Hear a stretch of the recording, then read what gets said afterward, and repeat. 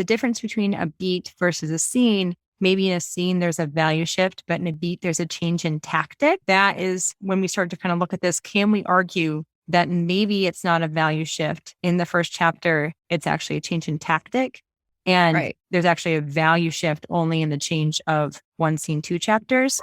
So pausing there on the change in tactics. So she's referring to if his goal is to stay off Vernon's radar and to not get in trouble, it's like, now that Dudley's out here with me and bullying me, how am I going to get around this to still accomplish my goal? So his tactic changes, but nothing big picture necessarily is changing. Yes. And this is why I think I'm really going to side with one scene, 2 chapters. Welcome to the Fiction Writing Made Easy podcast. My name is Savannah Gilbo, and I'm here to help you write a story that works. I want to prove to you that writing a novel doesn't have to be overwhelming. So each week, I'll bring you a brand new episode with simple, actionable, and step-by-step strategies that you can implement in your writing right away. So whether you're brand new to writing or more of a seasoned author looking to improve your craft, this podcast is for you. So pick up a pen and let's get started. In today's episode, we're diving deep into the first chapter of Harry Potter and the Chamber of Secrets. And I'm super excited to share this episode with you because not only am I a huge Harry Potter fan, and not only do I think this is another great example of an opening chapter, but I'm also joined by a very special guest and fellow developmental editor and Harry Potter nerd, Abigail Perry. Abigail is the host of the Lit Match podcast, where she helps fiction writers find the best literary agent for their writing and publishing career. I will link to her podcast in the show notes, as well as where you can find Abigail around the internet if you would like to say hello. But in this episode, we discuss and analyze the first chapter of Harry Potter and the Chamber of Secrets. Specifically, we look at how the first chapter engages readers from the start and how it sets up expectations for the rest of the book. To do this, we look at the big picture of the chapter first, and then we talk about the scene structure. So we look at how and why the big picture of the chapter works, and then we zoom into the scene level to see how the scene serves an important purpose in the overarching story. So that's a quick overview of what we're going to dig into today, and without further ado, let's dive right into the conversation. I think it's worth talking about what chapter we're actually talking about. So remember that these episodes are based on first chapters. We're looking at first chapters because we want to learn what makes a first chapter engaging and what would catch the attention of a literary agent, of a reader, of an editor, what's really going to get us to read forward.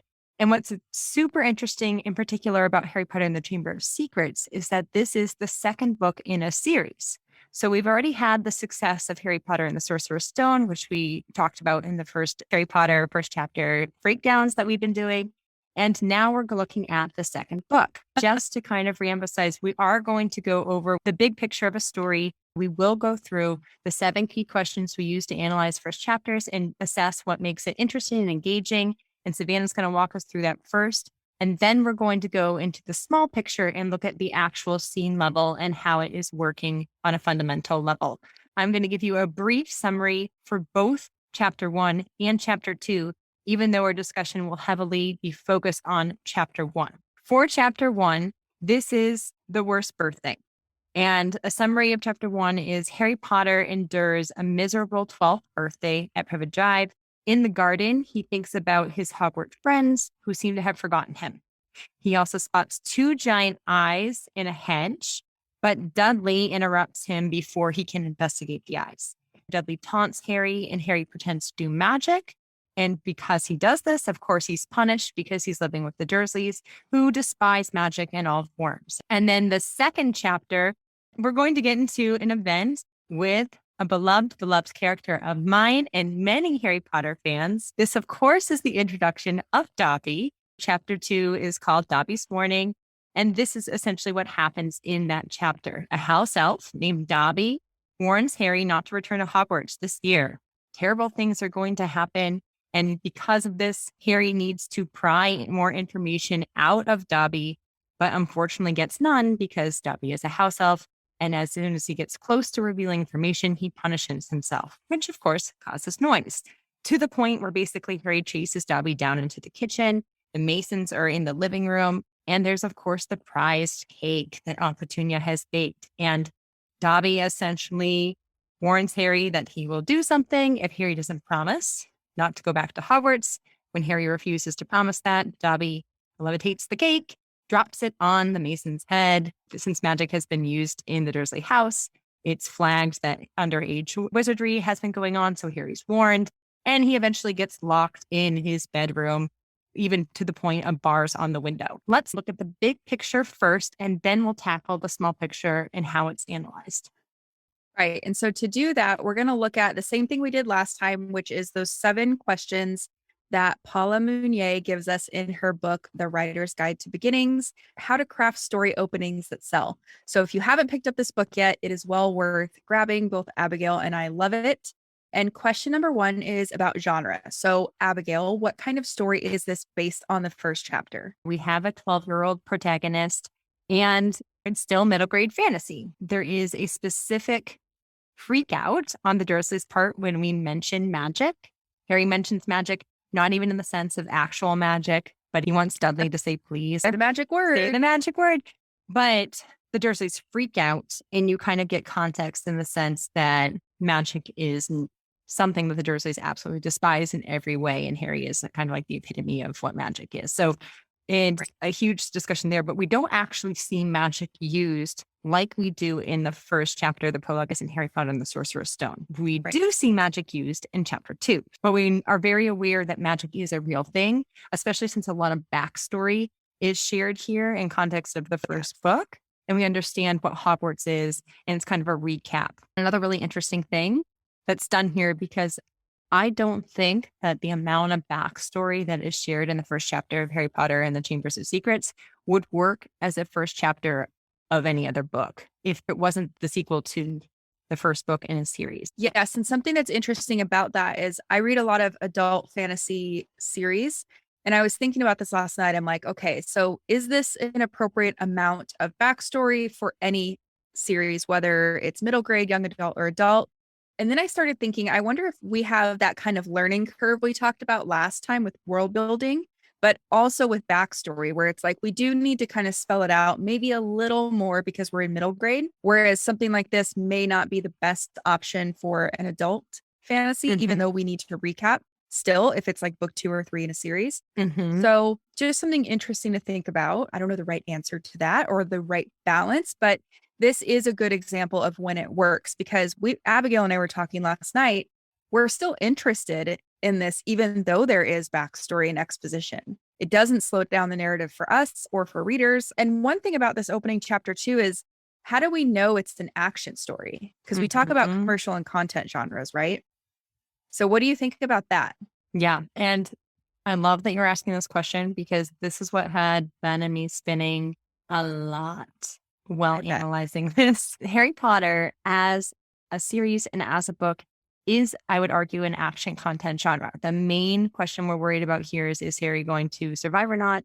And inside of information that is shared through telling, through backstory, in the first chapter of Harry Potter and the Chamber of Secrets, there is very briefly, before we see the eyes in the hedge, a mentioning of Voldemort and how he is this dangerous wizard who has disappeared temporarily until he came back last year. So we know he's still after Harry, and he is still actively trying to find a body of sorts, right? To return to full power. So it's really interesting because the death stakes, the life and death stakes, are not on the table in this first chapter in our faces, in the sense that Harry's life doesn't seem like it's threatened through the context of the events that are unfolding. There is the sense of, yes, he is neglected by the Dursley family, and there's a lot going on with there. But is it life or death stakes danger? Not really. So you go ahead and you look at these eyes in the hedge. And what I think is particularly smart of Rowling and how she placed details right before that moment is that because we've read Harry Potter and the Sorcerer's Stone, we understand how dangerous Voldemort actually is, to the point of working up always to probably a life or death battle in the end. Right. And I think that in Harry Potter and the Chamber of Secrets, you're maybe getting one of the best hero at the mercy of the villain scenes in the series. It's the basilisk scene, but we're not really paying attention to the life and death stakes as much in that first chapter. And I think that's what really is difficult. It's like, there are elements of life and death. We're really more paying attention to Harry longing to go back to Hogwarts. Now, in the second chapter, you are going to get those life and death stakes. We'll go there, right? So one thing that you always talk about is the 3 different types of death too. Mm-hmm. So in this first chapter, there's a lot about like, my friends forgot me. No one knows my birthday. What if they're not really my friends? So would that count as something like a psychological death? This is why I think it's so interesting, because you and I have talked about this many, many times about why we love the Harry Potter series so much is because it's not just life and death. It deals so much with coming of age and that psychological death. And to me, the first chapter is more heavily focused on psychological death. And I feel like we're really focusing on character in this first chapter. Right.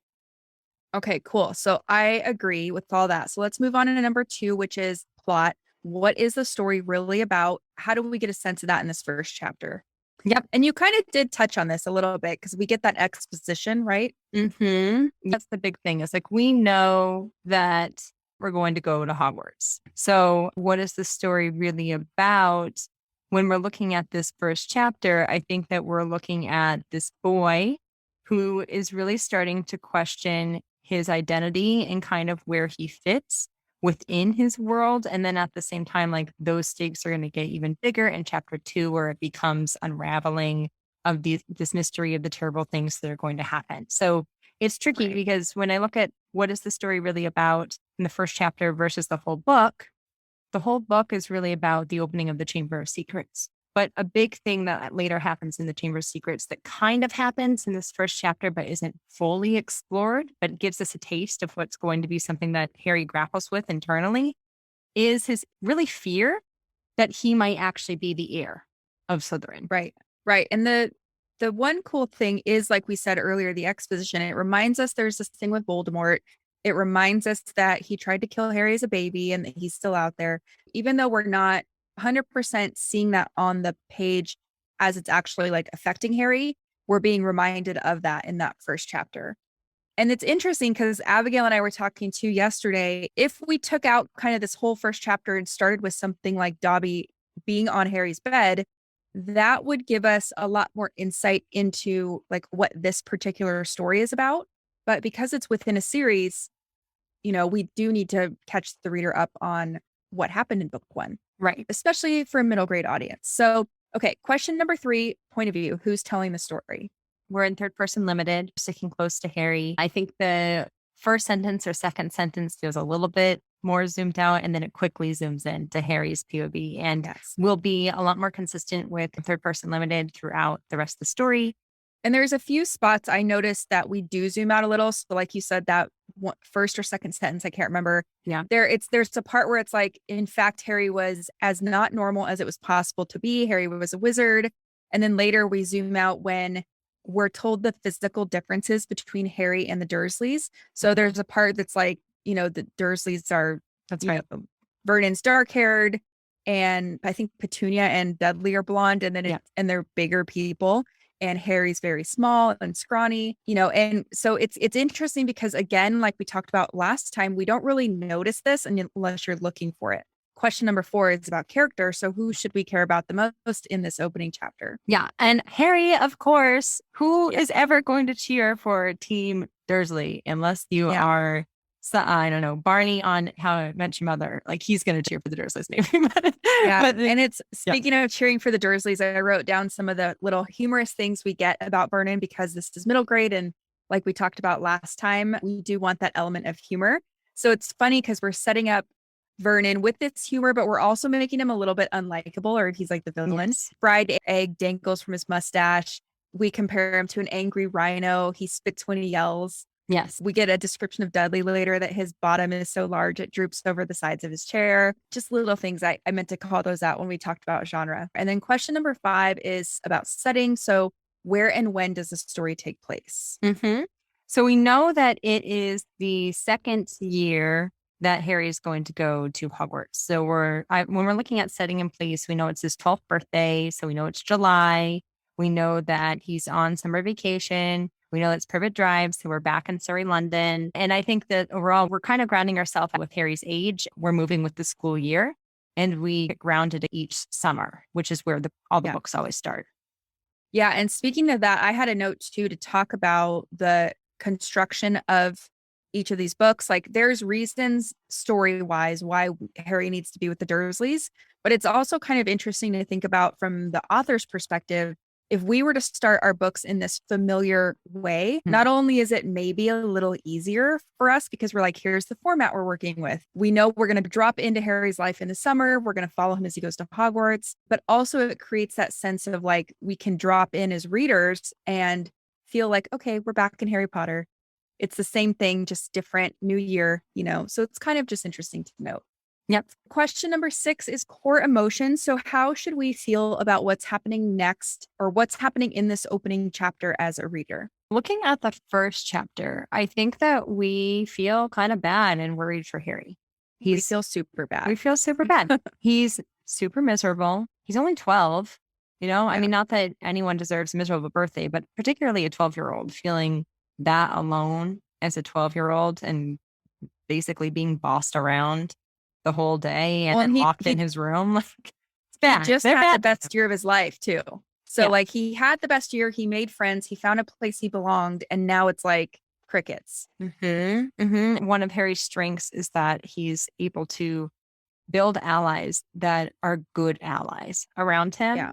And this has suffocated it from him in this moment. It's like he's cut off from them and he doesn't understand why no one is reaching out. So just when you thought that you might have allies for life, now you're hearing nothing. Like and then you're being bullied, And this plays on his wound too of like, you're so different that you're weird, which sets up this whole thing for the Chamber of Secrets. If he is the heir of Slytherin, it's like exasperating that wound a lot more. So it's very purposeful in the way that she set this up. And so that kind of leads us to the next question perfectly, which is what's at stake or why should we care what happens next? Stakes are essential to any story, right? Especially when we care about characters, because even if there are life and death stakes on the line, we won't care about those life and death stakes if we don't care about the character who would die in those stakes. Now, for the stakes for this first chapter, again, I think we have to go back to what whiff of death are we dealing with? We're dealing with kind of psychological death. So what are the stakes here? There are stakes in the sense of Harry Potter, and is he going to be reunited with the friends that he thought were super loyal with him, right? And then I think also there are these stakes of, is danger coming? And that danger that we start to feel suspense for after seeing the eyes in the henge that disappear comes full force in the second chapter when basically Dobby tells Harry, if you return to Hogwarts, terrible things are going to happen.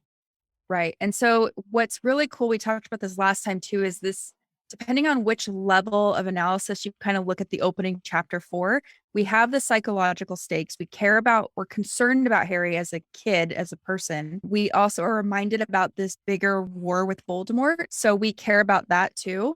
And then we're curious, like, how is Voldemort going to show up? Because he most likely is. What do these eyes in the bush mean? Does that have to do with Voldemort?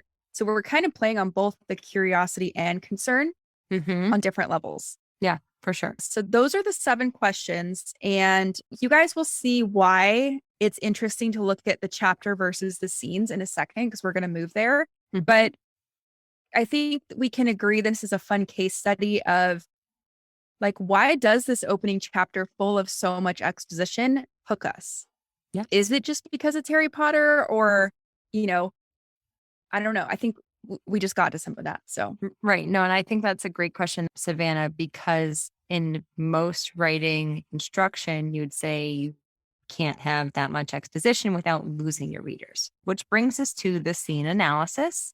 So we've already kind of gone over what the 2 summaries are. And I think the big case study focus for today is this 2 scenes in 2 chapters, or is it 1 scene over the course of the first and second chapter? Yes. And just like last time, we're going to show you kind of the 2 different ways we could analyze this, because I'll speak for Abigail. She's looked at this in so many different ways that we've probably had versions of different breakdowns over the years that she's been looking at this. But so we're going to look at, like, if we just look at what we could call scene 1 in chapter 1, what would that look like? And then we're going to look at what happens if it is a longer scene that spans 2 chapters. So before we even do that, Savannah, I think it's worth taking a pause and discussing why, and I believe that you believe this too, scenes and chapters are different. Right. So to me, chapters are kind of arbitrary, and I hate saying that word because it feels mean. Chapters are kind of arbitrary in the sense that there's certain things they need to do, but their main purpose is to control how the reader's experiencing something. So I know chapter 1 ends with like Harry walking into his bedroom and a creature's on his bed, or he's not alone. I can't remember the exact words. So it's like that at the end, we get the setup. We're in this world. We know like what Vernon and everybody wants. We get hooked by that last, like, what the heck is this creature doing? Is that who the eyes belong to? And then scenes are like little mini units of story that move the narrative along. You can break up a scene however you want. So we're going to go through the 5 commandments, the storytelling, and just keep this little nugget of information in mind that you can break the scene. You can do a chapter break at the inciting incident, the turning point, the crisis, the climax, the resolution, wherever you want to break it to create that ideal reading experience, but you can't leave the elements of a scene out. Yes. And I want to dig into that a little bit more, if you don't mind, because I've had a lot of writers agree with it. Like they agree with this. And it actually, I think becomes exciting because it's a lot easier to plot out a story in scenes versus chapters. For sure. But how do you then fall when a chapter ends versus when a scene ends? So we'll say hypothetically, if we go with today at the end of this, that actually it's one scene over chapter 1 in chapter 2. Why do you think there is a benefit to having chapter 1 be what it is in the published draft versus just making it one long chapter? Yeah. And so part of it is, I think there's this gratification, especially for young readers, of like, I finished a chapter that feels good to me. I'm going to finish another one.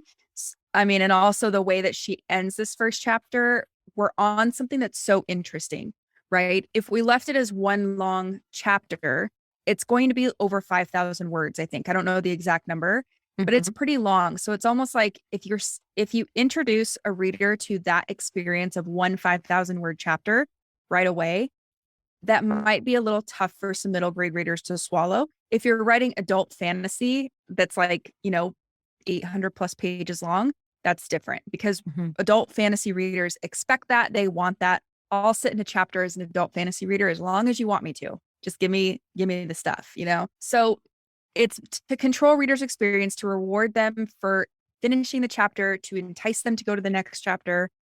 And maybe you can answer this better because you analyzed the book, but I'm assuming that there's not a bunch of 5,000 word chapters in this story. Chamber of Secrets, I would actually argue there are, but I don't think that is the norm as it gets further into the series. This is speculation, but like any author, you become a stronger writer as you write forward.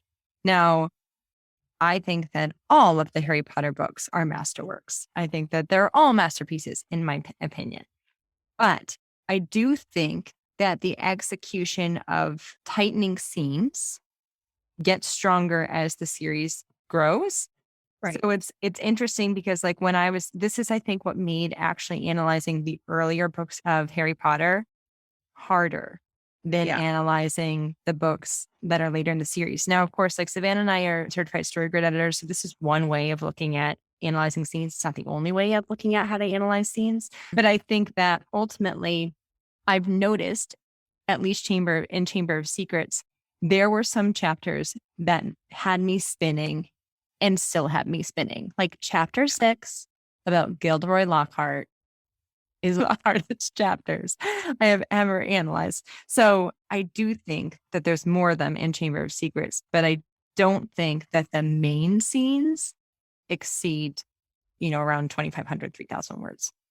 Right. There's so many layers that we could get into, and I'm trying to like corral myself in here. Yeah. Also, just think about from book 1 to book 2, there's already tightening happening because in book 1, we have this prologue in disguise, like we call it.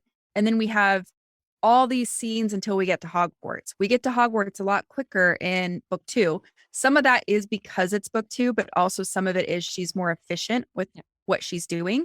Yeah. So now let's move on to the scenes. Just to reemphasize, the big question here is Is it 2 scenes, 2 chapters, or 1 scene, 2 chapters? So that's kind of what the case study is about. Originally, in my analysis, my latest analysis before our conversation last night, Just yesterday, like mere hours away, we're under 24 hours. I had it as 2 scenes, 2 chapters. I do think that there is an argument for that. I'm not convinced it's the strongest one anymore. So I think that that's what we really want to dig into. So Savannah, how do you want to tackle this? Do you want to just go analyzing it in a way that you think it's 2 scenes, 2 chapters, or do we just want to go for maybe the argument of 1 scene over 2 chapters? Let's do both. So let's quickly do like you do the version that you have currently in your draft. And let's talk about if chapter 1 was 1 scene, what does that look like? Because the thing that's important is like when we look at this, we're holding hands. We're so excited that there's 2 ways we could nerd out about this. Neither one are necessarily wrong or right. They're both going to get us to the same answer at the end of the day. And there's, for all the story nerds out there, if we do end up looking at chapter 1 and 2 as one long scene, you can still use the breakdown that Abigail is going to go through as like, if this is a beat. So like a mini scene within a scene. And you could just see how this structure kind of builds on itself to create a bigger scene. Scenes work together to build sequences, sequences build acts, and all this stuff. So yeah. And what Savannah's saying is really great, and why I think this is a particularly interesting discussion, because when you're looking at scenes, all scenes must be about change. So the idea here of what is the main change, and that's based on the characters' want and what they try to do in order to achieve that want in some way.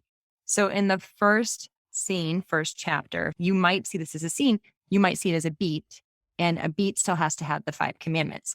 Just looking at that, I would say for the motive for Harry in this first chapter, it's stay out of the Dursleys' way. With that goal, we have to first look at the inciting incident. And the inciting incident, just as a recap, is an unexpected disturbance that really starts to establish a character's goal, or if the character already has a goal, it sets them off on a new way that they have to go forward and try to achieve that goal. It's causal, meaning that a person causes it, or coincidental, meaning that some sort of coincidence happens. Right. For me, for that first scene, if you were to look at it as a scene, or if you look at it as a beat, whatever we're going to take that, I think it's causal. I said everyone forgets Harry's birthday. So it's kind of there, but not necessarily there. But Harry does mention everyone has forgotten him. Did you see it as something different? Well, yes. So do we want to go into the other version now, or do we want to? I think so, because this is where I keep leaning now. And we'll see that my answer was a little bit like, So, and so the reason why I was looking for a different inciting incident is because I'm like, well, Harry knows it's his birthday. He didn't really expect the Dursleys to remember it. He hasn't been getting communication from his friends. So like, although he can hope it's going to come, evidence doesn't really point that way. Right. So it's kind of like, it's a little bit of a squishy, even Abigail was kind of doing this. Like, I don't know. It's a little bit of a squishy one. What I called out and what I think his goal is that he wants to stay off Vernon's radar, like Abigail said, just by obeying whatever Vernon wants. He wants the Mason's visit to go well because that matters to Vernon. And if it goes well, he survives another day in this house. So I actually see the inciting incident, if we were looking at this whole chapter 1 and chapter 2 as one scene, is when he walks into his room and Dobby's on the bed. Because this is not expected. You know, I'm thinking out loud now too. Like, in theory, you could question, is the announcement that the Masons are coming, could that be an inciting incident? I mean, maybe, but it's like, do we care? We care more that it's Harry's birthday or that Dobby's on Harry's bed. Yeah. Dobby's different because for many reasons, but it brings magic to Harry. Like, this is the magical world coming to his world, and he can't ignore Dobby on his bed sobbing, making noise, all this stuff. So he can ignore the fact that people forgot his birthday. He can't ignore Dobby. And this is where I'm probably just going to jump in here and tell you that I've already been convinced that we're going this direction, but I still think that it's worth analyzing both of them, because it's good to see where we can spin before we start making decisions. And it's also important to reemphasize that, again, there's subjectivity to analyzing stories. So Yeah. more focus on the Socratic learning methods. So the way that I see something might be the way different than the way you see something, but it's about analyzing in a way that we can make an argument that there is change in advancement and plot and development of character. Yes. And for the record, the way that Abigail has this currently broken out is I agree with the analysis she's done. So it's not that it's irrelevant or that we don't want to look at it this way. Cause like we said, it's a beat and it's causing movement. So we're going to walk through, you'll see what I mean in a second. Yeah. But so let's say you were to come up in, maybe you're creating a writing group and you're doing these first chapters because you like stories as much as we do. If everyone comes to the table with a different analysis, it doesn't mean anybody's wrong. We're all going to learn from discussing this, and it's going to help us make our own stories stronger. So that's right. That's like to point that out. Yep. Absolutely. Always. Because I do think that people then try to make it perfect. It's like, there is no perfection to it. So yes. Then the turning point. Now, when I look at scenes, I view the turning point partnered with the crisis decision as the most important thing that happens in a scene. They have to work together. A turning point forces a character into a crisis decision, and a character who acts on a crisis decision therefore acts. And that's what is agency. And it develops the character, right? So like when I say what makes the scene quote unquote work, I'm looking for is the plot advancing, is the character being developed? Like, is there a purpose and intention to the events that are happening? And they're not just random, it's purposeful in how we're moving towards that value shift. The turning point for this beat / possible scene, I say is active. And I said it's when Dudley taunts Harry, saying that he has no friends. And the reason why I argue that is because, with the exception of this moment, Harry doesn't need to act on anything. He can sidestep things, and there aren't consequences. And that's the big thing. A crisis decision comes with consequences, regardless of if you do something or not. And there aren't consequences to Harry not doing anything and anything else in the scene, even including the eyes in the hedge. And that is something that I like to point out, because to me, that's the most interesting thing that happens in the chapter. Yeah. Because I know it's Harry Potter. I know something big is coming with magic. So I'm actually more interested with that detail. But what this does with Dudley kind of seeking Harry out to bully him forces Harry into a crisis decision of the sense of, and I guess I'll just kind of pair them right now. Yeah, go ahead. A crisis decision is either a best bad choice or an irreconcilable goods decision. Best bad choice being both options are going to lead to a consequence, but which is the better? What can the character choose to best get out of this? Reconcilable goods being the inverse of that, in the sense that it's going to maybe benefit the main character making the decision, but it's going to probably, impact a third party or another person in a different way. Right. So this is a best bad choice for me, because the idea of Harry is forced into this crisis decision of, do I stand up against Dudley or not? And why there are consequences to that is because if Harry doesn't stand up for himself, he continues to allow Dudley to assert power over him. If he does stand up to him, he's out of eyesight of Petunia and Vernon. So there is a chance that maybe he could get away with this. If he does stand up to him, there are consequences of Petunia or Vernon finding out. Dudley is also like a crybaby, so it's likely they'll find out. And he's going to be punished for that. And punishment is harsh in the Dursley house. He ends up with bars on his window. And no food. So Harry, in his kind of like middle grade poke and have fun type of way, is then going to, and I guess I'm speeding through this. So I feel like turning point, crisis, and climax all go together. So I'm just doing it around. Goes into the climax, and the climax is just the character actually acting on the crisis decision. So they're very tightly bound together. Sometimes there's a mini gap with that. We'll talk about that in a second. But most of the time, it's pretty immediate after this decision is not necessarily written word for word on the page, but it's understood that the character is going through this. And Harry does decide to stand up for himself. He pretends to perform magic. He's not actually going to perform magic. Of course, Dudley's going to freak out. And that leads to the resolution. The resolution is everything that happens after the climax. So essentially, it shows us where the character stands mentally and externally based on them making that decision. I had Dudley freaks out. Petunia punishes Harry with extra chores and a sad dinner, then banishes him to the bedroom. Uncle Vernon warns Harry of the consequences if he makes noise. And then the eyes that he saw in the hedge reappear at the end. And that's the end of the chapter. So now that we see that laid out, we can now tackle option number 2, 1 scene, 2 chapters. Yes. And so again, what Abigail just broke down, that totally works as a beat, or whether you call it a scene, whatever you want to say. There's structure, there's change. We get to see Harry's character expressed on the page. There's agency, there's a decision, all the stuff we need. So the way that I was seeing this spread across the 2 chapters, we said the inciting incident is Dobby appears on Harry's bed and he's kind of a little bit loud, even though he's about to get louder. This tweaks Harry's goal a little bit to stay out of Vernon's way, because now he has something else to worry about. Now it's not just keeping himself and Hedwig quiet, it's keeping himself, Hedwig, and this noisy house elf quiet. So I saw the turning point as when Dobby brings up that there's dangerous things about to happen at Hogwarts and he needs Harry to promise not to return. And specifically, because there's a couple little blips of this happening, specifically when he's got the cake in the air and he's like threatening Harry, if you don't promise me you're not going back, I'm going to like throw this cake on Vernon's guests.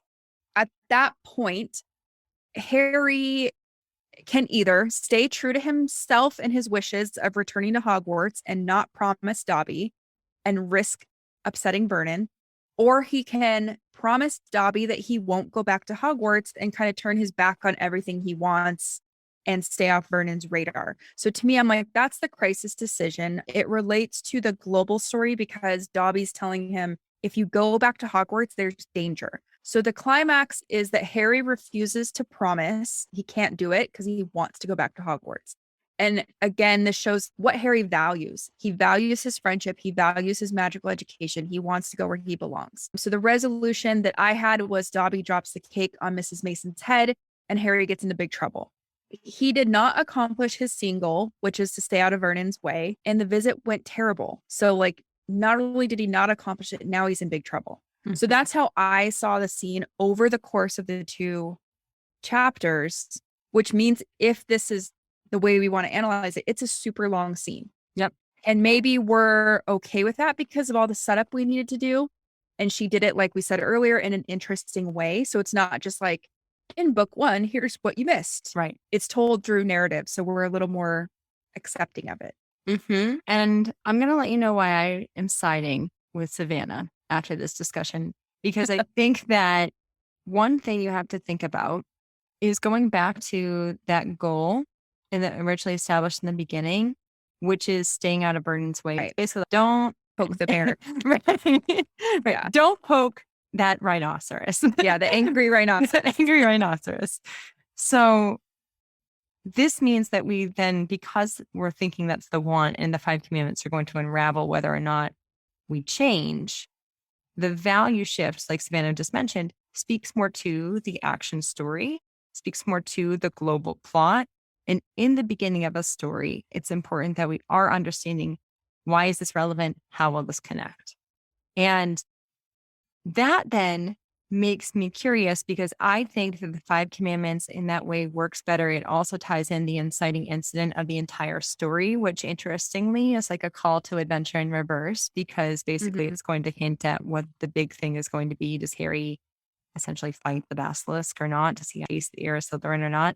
But it's in reverse because Dobby says, don't take on this adventure versus don't accept. So I think it's an innovative way of planting a call to adventure in the story. We then have to turn our attention to, if that works, this is the way we're analyzing scenes. So it's not the traditional sense of scenes. One definition of scenes you might have seen is that when setting changes, that a scene changes, and there obviously is a setting change from the garden, kitchen to the bedroom. Right. So just kind of as a sense there, we're looking at scenes in this way of outlining it in the 5 commandments, just to kind of clarify any confusion there. I think the other thing then we have to ask ourselves, because this is an episode on first chapters, why does the first chapter, if it is a beat, still engage the readers? And when you kind of said it there in a second, Savannah, it's exposition, but it's done in an interesting way. So what do you think is so interesting about the first chapter that would engage the readers and get them to read up forward? Yeah. Well, and one of the things is what we just called out, that there is a beat within that first chapter. So it's not just a bunch of stuff. There's movement through that beat, through this interaction with Dudley part of it is that we're also in love with Harry Potter, that we're like, oh my gosh, give me the exposition. I don't even care. Right. Which is something that not all of us are ever going to probably get to do with our own books. So Well, maybe. right. maybe. But like realistically, we have Right. to look under Right. the surface of like, okay, well, we could get lucky and have that experience. Sure. But there's something like that we care about, even though we don't like Vernon. Right. We don't want Harry to get in trouble. So we care that he doesn't upset Vernon, that the Mason's visit goes well, that, he stands up to Dudley, all these different things. There, like Abigail said, there are eyes in the bush. We know that's going to mean something. We're also curious and wondering, like, why aren't Ron and Hermione communicating with Harry? Yes. That's a big question mark. Yes. And I think you've hit the nail on the wall there with the sense of there is suspense and mystery woven into this immediately. And because we care about Harry, and I do think that this first chapter really grounds us into caring about character more than anything else, we want to figure out why the events of his life are making it more miserable than an already miserable life needs to be. So yeah, I think that is really great and it's going to push you forward. Just to kind of reemphasize to the exposition that we're mainly talking about is the recap of Hogwarts, mentioning some big characters like Snape's mentioned, Dumbledore's mentioned. Big characters are named in the exposition, laying out what happened in the events in the previous book. It probably goes over the course of like maybe 2 to 3 pages. So in the grand scheme of the chapter, I think it also returns to, it's not just, let me tell you about Hogwarts. Action does still happen, right? That technically kind of threatens Harry's safety in the sense that he goes from a value shift. If you were to turn back to what is the value shift now if it was 2 scenes or 1 scene, if you look at it as 2 scenes, I think that you can argue there's a value shift in the beat of something of the sense of ignored to punished, like something like that. Now, one thing that I'd like to address quickly, because we're going to look at it as 1 scene over 2 chapters, is that the difference between a beat versus a scene, maybe in a scene, there's a value shift, but in a beat, there's a change in tactic. That is when we start to kind of look at this. Can we argue that maybe it's not a value shift in the first chapter? It's actually a change in tactic. And there's actually a value shift only in the change of 1 scene, 2 chapters. So yeah, go ahead. So pausing there on the change in tactics. So she's referring to if his goal is to stay off Vernon's radar and to not get in trouble. It's like now that Dudley's out here with me and bullying me, how am I going to get around this to still accomplish my goal? So his tactic changes, but nothing big picture necessarily is changing. Yes. And this is why I think I'm really going to side with 1 scene, 2 chapters, because although there is change in the scene, it's not significant enough to be a value change. It's kind of like negative to double negative, but did something really change? Not as significantly as going from I'm having a terrible birthday to I'm maybe never going back to Hogwarts at all. Right. Like that's much bigger in your face, negative to double negative. If you step back and you don't try to force it into 2 scenes, 2 chapters, you allow room for the events to breathe in a way that creates a more significant change that speaks the big picture story.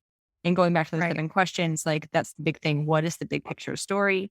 And how is that moving forward? So that's really interesting. The beat thing is not something to worry about on a first draft, probably, just because I know some of us can get a little analytical. The other thing I wanted to say, back to what you mentioned about the exposition, is that what I noticed is it's delivered in a way that's like, the thing I miss most is visiting Hagrid's hut and playing Quidditch. So it's filtered through how Harry's feeling in that moment. Yeah. It's not like Harry went to school last year at Hogwarts and he played Quidditch where Hogwarts won the school cup and blah, blah, blah. It's like, this is literally what he's thinking about. Exactly. Yes. It's organically put in the scene, which is how we want to deliver the exposition. So just something to think about, because otherwise it gets to be a lot. It's something that it's almost because it's a sequel. I think that there's this rare exception to having more room to do that than if it were the first in a series or first book in general.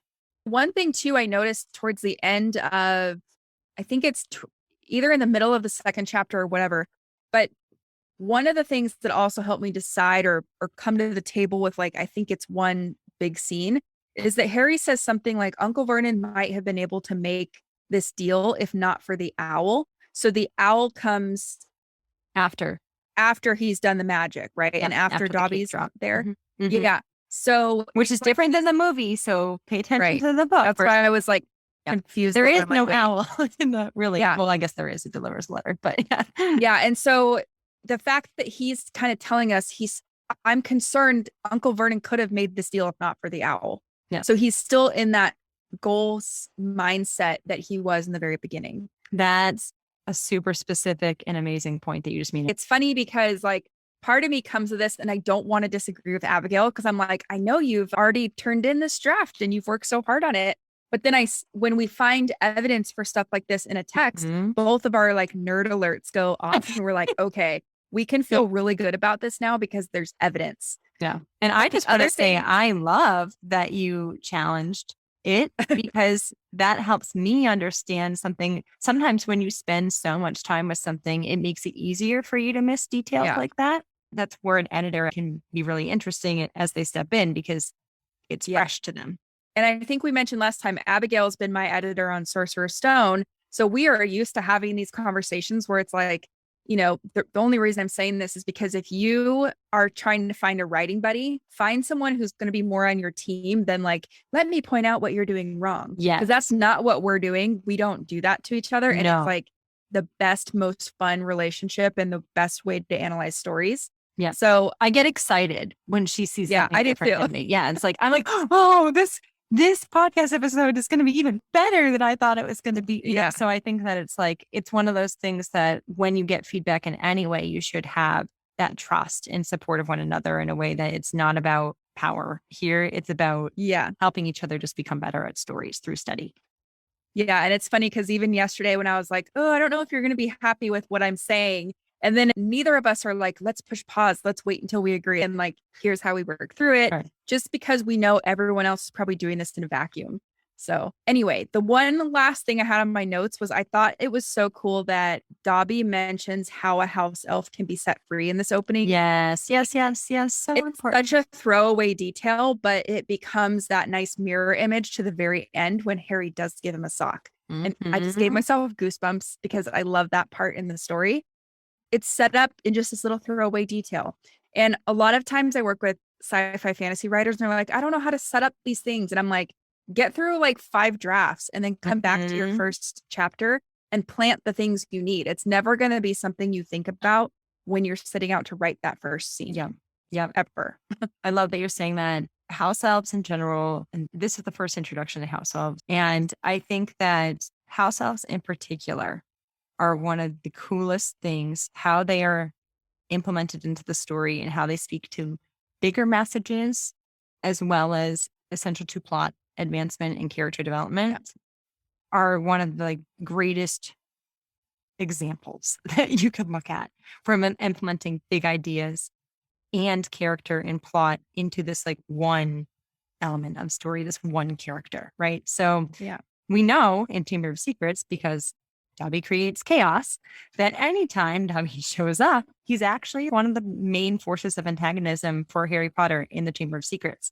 He's technically an ally, but he's one of the main forces of antagonism in the story. So it's like good intentions gone wrong. And pause there because that's important, because a lot of people, they hear you need more conflict in the scene, or what's the sense of antagonism? And they're like, well, I don't want to create a character or like have my character trip over roots or anything. And it's like, they always think it needs to be bad. But what you're saying is Dobby's interest, he has really good intentions. It just misaligns with what Harry wants. If I can teach anything to anyone in this episode through that lens of like what is important with antagonists, I really like to clarify that antagonist does not equal villain. Okay. There is a villain in the story. In an action story, there will be a villain. There has to be a hero, victim, villain triangle of sorts. That villain is Voldemort, right? In this book, in the series. So technically Tom Riddle, but same thing. So I think that going to that idea, antagonist very often actually is a supporting character that is on the team of the main character, because on the scene level, you have to, the whole thing about an antagonist is just that their want is conflicting with the other character's want, or their way of getting a want Right. conflicts with that. Like, look at any traditional story of any sorts. Like, a mentor is very often an antagonist for a hero because they're challenging them. And Yes, when you're they push on that growth. wound.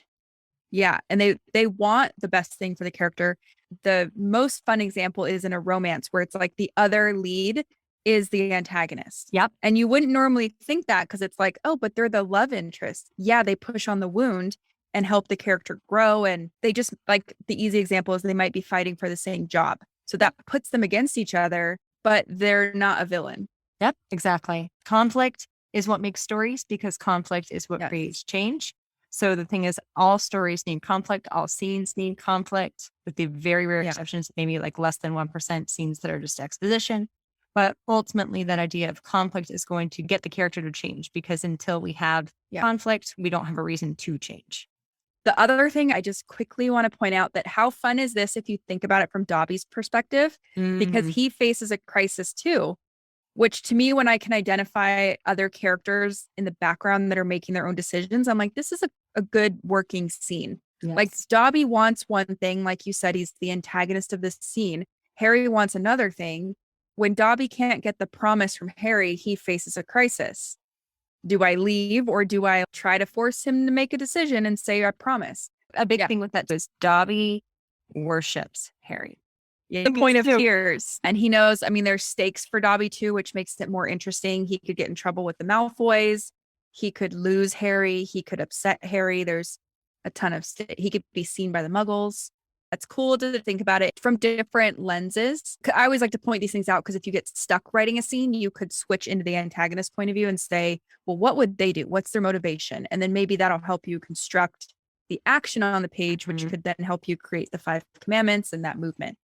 So this was a fun one, and I'm interested to see when we do book number 3, and maybe someday we'll do a bonus Lockhart episode, because oh my gosh, every book has same with the Diagon Alley chapter in book 1. They're really hard. It's like every time he goes to Diagon Alley, and part of it is because there's probably so many beats that you're like, how do we break this up? Yeah. So I know all of us ran into that issue in the Diagon Alley chapters in our book. Gosh, so hard. Really tough to analyze. Someday we'll come back and do one of those episodes. Yeah, but sounds good. Well, Savannah, it's so wonderful to have you. I know it was longer for everyone out there, but I hope that you have tons of great things to take away, and that time was of good use to you. So that's it for today's show. As always, I want to thank you so much for tuning in and showing your support. If you want to check out any of the links I mentioned in this episode, you can find them over at savannahgilbo.com/podcast. And if you haven't done so already, make sure you subscribe to the show, because there's going to be another brand new episode coming out next week. If you're an Apple user, I'd really appreciate it if you took a few seconds to leave a quick rating and review. Your ratings and reviews tell iTunes that this is a podcast that's worth listening to. And in turn, that helps this show get in front of more fiction writers just like you. So that's it for today's show. I'll be back next week with a brand new episode. Until then, happy writing.